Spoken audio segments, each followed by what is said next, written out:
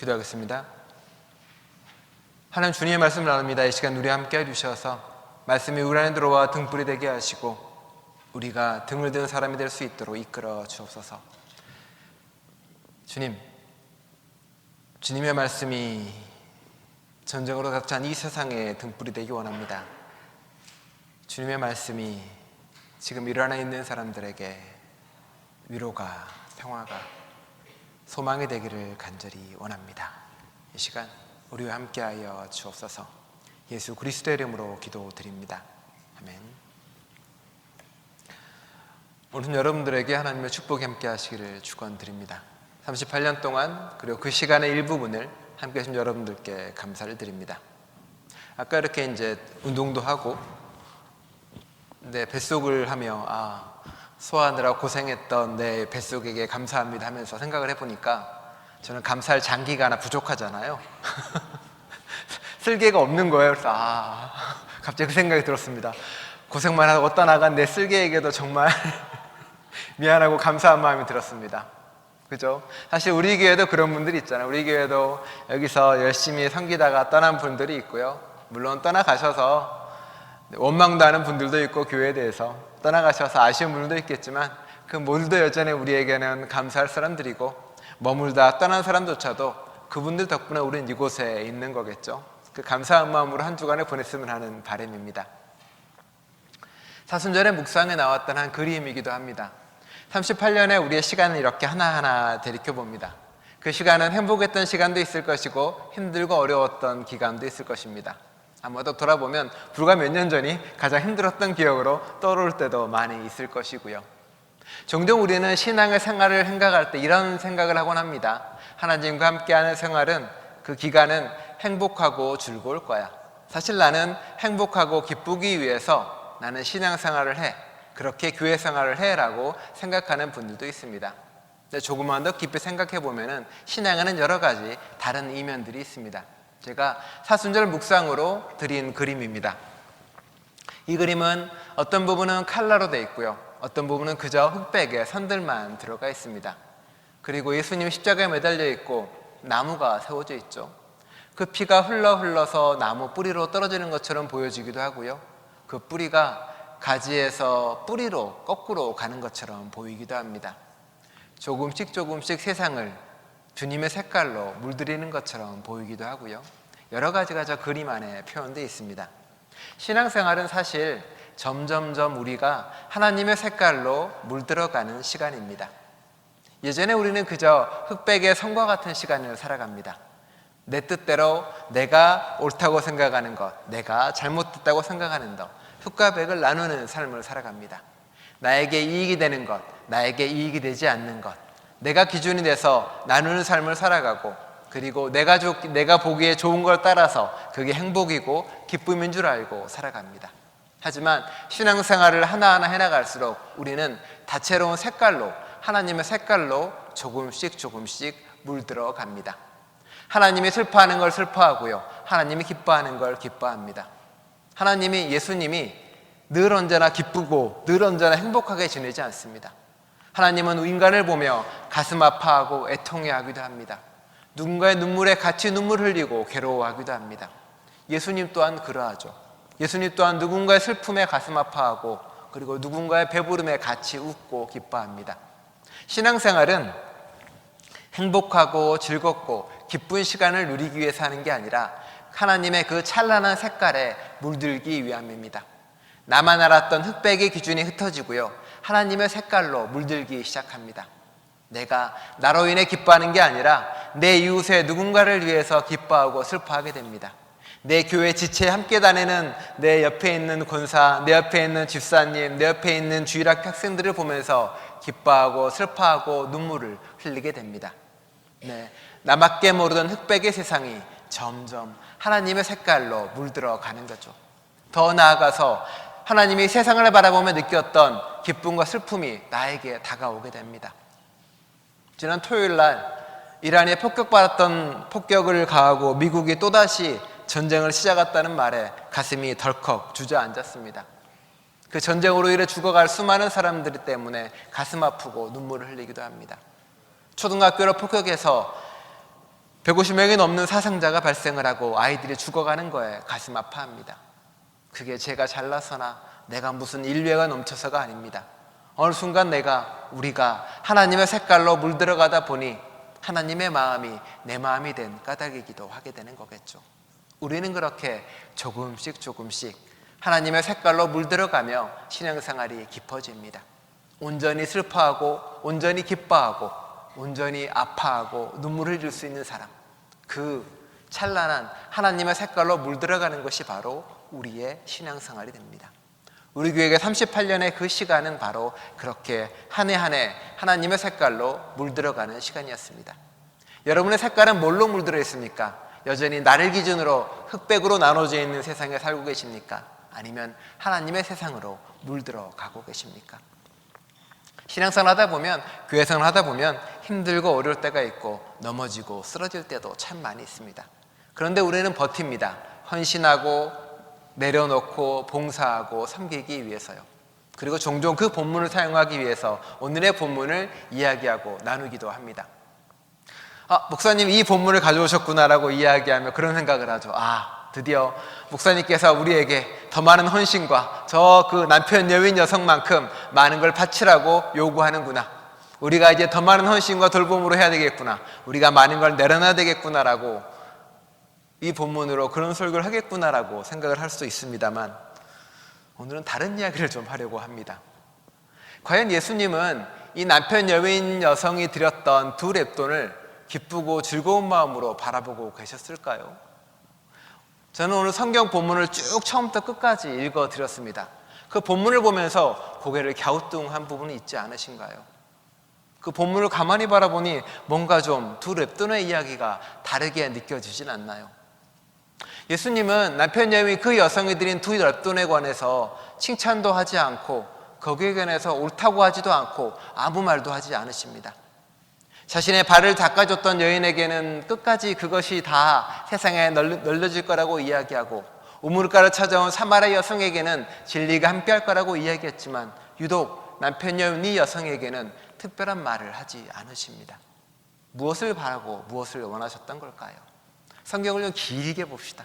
이 본문은 여러분에게 헌신과 희생을, 전 재산을 내어놓으라는 헌금에 대한 이야기도 아니고요, 여러분의 시간을 모두 교회에 바치라는 강요의 이야기도 아닙니다.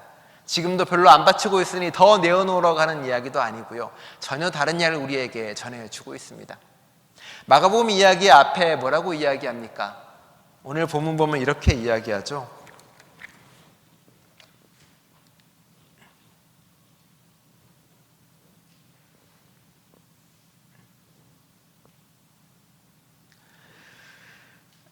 오늘 본문 보면 40절에 이야기합니다.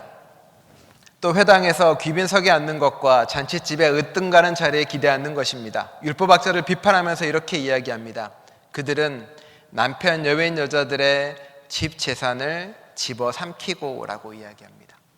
그리고 나서 저 뒤에 보니까 남편 여인 여성이 자신의 전 재산을 바치는 이야기가 나옵니다. 그렇죠? 이 이야기는 사실 남편 여인 여성의 두 렙돈에 대해서 찬양하거나 그것이 옳다거나 그런 얘기를 한 게 아닙니다. 이 이야기는 뭐냐면, 이 종교가, 그리고 이 회당이, 이 율법학자들이 그 가난한 여성들의 남편 여인 돈을 결국은 다 갈취해서 회당을 짓고 성전을 짓는 이야기를 하고 싶어 하는 것 같습니다. 당시 종교는 힘들고 어려운 사람길의 모든 것을, 과부의 가심마저 다 집어삼켜서 교회를 만들고 이루려고 했던 사람들에 대한 이야기입니다. 그리고 그가 하는 저 여성을 보세요. 저 남편 여인 여성이 다른 모든 사람보다 더 많은 걸 바쳤습니다는 그 문맥에는 칭찬이 아니라 애통함과 가슴 아픔이 들어가 있습니다. 성경에 보면 에레미야 애가라고 있잖아요. 그 애가 사랑의 자가 아닙니다. 에레미야가 나라가 망하고 멸망하는 것에 대한 안타까운 마음을 노래하는 겁니다. 예수님은 가난한 그 정말 절대절명에 먹을 것도 없는 그 여성이 바치는 그 헌금 구절에 대해서 가슴 아파하고 힘들어합니다. 너희 종교가, 너희 교회가 누군가의 희생을 통해서 이루어지고 누군가를 빼앗아서 이루어지고 그게 과연 옳은 것이냐라고 가슴 아파합니다. 그리고 그 다음에 이야기하는 거죠. 그렇게 누군가의 희생과 눈물로 쌓인 너희 회당은, 너희 성전은 다 무너지고 사라질 것이라고 이야기하고 선포하는 겁니다. 교회는 누군가의 희생으로, 누군가의 눈물로, 누군가의 고통으로 세워지는 곳이 아닙니다. 더 내라고, 더 요구하고, 더 바래서 이루어지는 것도 아니고요. 교회는 서로 간의 돌봄과 환대를 통해서 이루어지는 공간입니다. 그것이 바로 맞고요. 그게 바로 옳은 길입니다. 우리 교회는 어떤가요? 우리 교회는 누군가가 희생하고 눈물을 흘리며 아파서 혹시 이루지 않나요? 어느 누군가에게만 일이 몽땅 몰려있고 누군가는 누리기만 하고 있진 않나요? 교회는 희생이 아니라 서로가 돌보고 함께하며 이루어져야만 됩니다. 그게 맞는 교회입니다. 종종 희생과 헌신이 어떻게 구분되어지나요? 라고 물어볼 때가 있습니다. 구분은 아주 간단합니다. 내가 열심히 교회를 봉사하고 있고 열심히 생각을 하고 있는데 어느 순간 그 봉사와 헌신이 누군가에 대한 원망으로 바뀌는 순간 멈춰야 되는 일입니다. 내가 성가대를 열심히 하고 내가 부업봉사도 열심히 하고 내가 무언가를 하는데 어느 순간 내 머리를 스치는 게 있습니다. 왜 나만? 왜 저 사람은 왜 안 하지? 왜 저 사람은 안 하지? 라고 하는 순간, 그때가 바로 멈추는 순간입니다. 내가 이제 잠깐 쉬어야 되겠다. 내가 이게 잠깐 멈춰야 되겠다입니다. 무언가를 향한 계획이, 무언가를 향한 준비가 다른 사람을 향한 착취나 다른 사람을 향한 원망이 되는 순간 멈춰야 된다는 이야기입니다. 목사도 그럴 때 많습니다. 목사도 멘탈 헬스로 늘 1년마다 상담도 받고 이야기를 해야 되거든요. 목사도 멈춰야 될 때가 있습니다. 목사는 언제일까요? 목사도 계획이나 목사가 생각하는 것이 교인에 대한 원망이나 교인에 대한 다른 마음으로 바뀔 때 멈춰야 되는 겁니다. 교회를 예배를 만들어가고 더 많은 사람이 참석할 수 있고 더 많은 사람의 신앙을 성장할 수 있도록 열심히 고민하고 열심히 기도하고 열심히 이야기하는 건 맞습니다. 하지만 목사의 마음에 어느 순간 다른 마음이 들 때가 있습니다. 야, 이렇게 준비했는데 왜 안 오지? 야, 이렇게 열심히 하는데 헌금을 안 한단 말이야? 야, 저 사람은 저렇게 놀고 먹는데 교회에 바칠 건 없단 말이야? 라는 데 두는 순간 목사는 그 순간 생각하기를 멈춰야 되는 순간이기도 합니다. 우리는 함께 가는 사람들이고 돌봄하고 환대하는 순간이기 때문에 그렇습니다. 누군가의 희생으로 교회가 이루어질 수는 없습니다. 천천히 가도 됩니다. 조금 부족해도 되고요. 조금 일이 안 굴러가도 됩니다. 하지만 교회의 원칙은 서로가 원망하지 않고 서로가 서로를 탓하지 않고 가는 겁니다. 물론 그럴 때 이런 마음 들 때 있죠. 와, 누군가가 야, 교회 나오는 게 벼슬이야. 툭 하면 교회 안 나온다고 뭐라고 해? 라고 말하는 사람도 있습니다. 그런 마음이 들면 내가 쉬어야 될 때인가 보다. 쉰다는 게 교회를 안 나온다는 이야기가 아닙니다. 잠깐 멈추고 내가 지금 무리하고 있구나, 내가 힘들고 있구나라는 생각이 든다는 겁니다. 그러면 조금씩 내려놓는 거고요. 교회에 대한 바람이 우리 안에 들 때도 있습니다. 교회 이렇게 돼야지, 저렇게 돼야지, 저 사람은 저거 해야지, 이 사람은 저거 해야지. 그러면 또 내려놓으면 됩니다. 그 생각하지 말고 멈추고 부족하더라도 우리는 상처 입지 말고 같이 가자가 돼야 됩니다.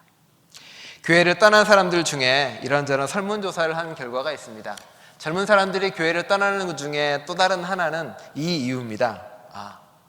예수님이 교회를 쉬라고 불렀는데 저는 교회 갈 때마다 6번째 또 출근을 해요 라고 말하는 사람들이 있습니다.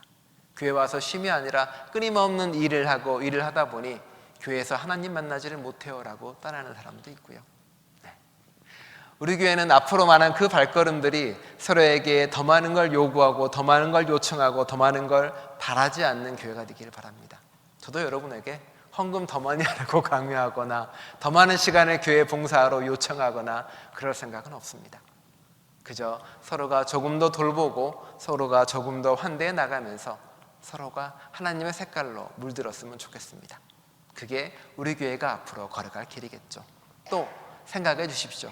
교회가 좀 더디게 가더라도 내가 누군가에게 뭔가를 요구하고 요청하고 원망하지 않고 함께 나가는 길을 고민할 때 우리 교회는 주님 보시기에 좀 더 아름다운 교회로 클 수 있겠죠. 예수님은 그 얘기를 하신 겁니다. 누구도 희생되지 않는 교회고요, 누구도 고통받지 않는 교회 속에서 모두가 착취하지 않는 교회가 돼가는 것. 더 넓게는 세상도 마찬가지입니다. 이 세상은 누군가의 희생을 통해서 자꾸 무언가를 이루려고 합니다. 전쟁의 소식도 그런 거죠. 누군가를 죽이는 걸 통해서 평화를 만들려고 합니다. 누군가를 없애서 평화를 이루려고 합니다. 결코 이루어질 수 없는 일이고 결코 해서는 안 될 짓이죠. 그러게 했었다면 예수님이 이 땅에 오셔서 많은 사람을 죽이고 하나님 나라를 이루었겠죠. 예수님은 자신을 내어놓음으로 평화를 이루시고 하나님 나라를 이루셨습니다. 우리가 남을 원망하거나 남을 탓하지 않는 신앙으로 그런 공동체를 만들어가는 저와 여러분 될 수 있기를 간절히 축원드립니다. 기도하겠습니다. 하나님, 우리는 작은 공동체입니다. 우리는 연약하고 늘 흔들리기도 합니다. 종종 봉사와 섬김을 하다 지칠 때도 있고요. 종종 남을 원망할 때도 있습니다. 종종 교회가 잘 굴러가지 않은 걸 보며 이렇게 가면 좋겠다라고 누군가에게 말하기도 하고 의견을 제시하기도 합니다. 의견과 말하는 걸 넘어서서 혹은 누군가를 원망하기도 하고 누군가에게 날석에 말로 아프게 하기도 합니다. 주님, 우리는 함께 가는 공동체입니다. 우리는 서로가 돌보고 의지하며 걸어가는 사람들입니다. 서로의 부족함을 채워가며 느리더라도 함께 가기 원합니다.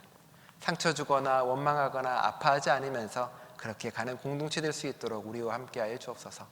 그 발걸음이 누구도 희생당하지 않고 누구도 착취당하지 않고 누구도 교회를 짐으로 여기지 않고 누구도 너무나 힘들게 그 길을 가지 않도록 서로가 의지하며 돌보며 천천히 걷는 저희가 되겠습니다. 주님께서 그 걸음에 함께하여 주옵소서. 예수 그리스도의 이름으로 기도드립니다.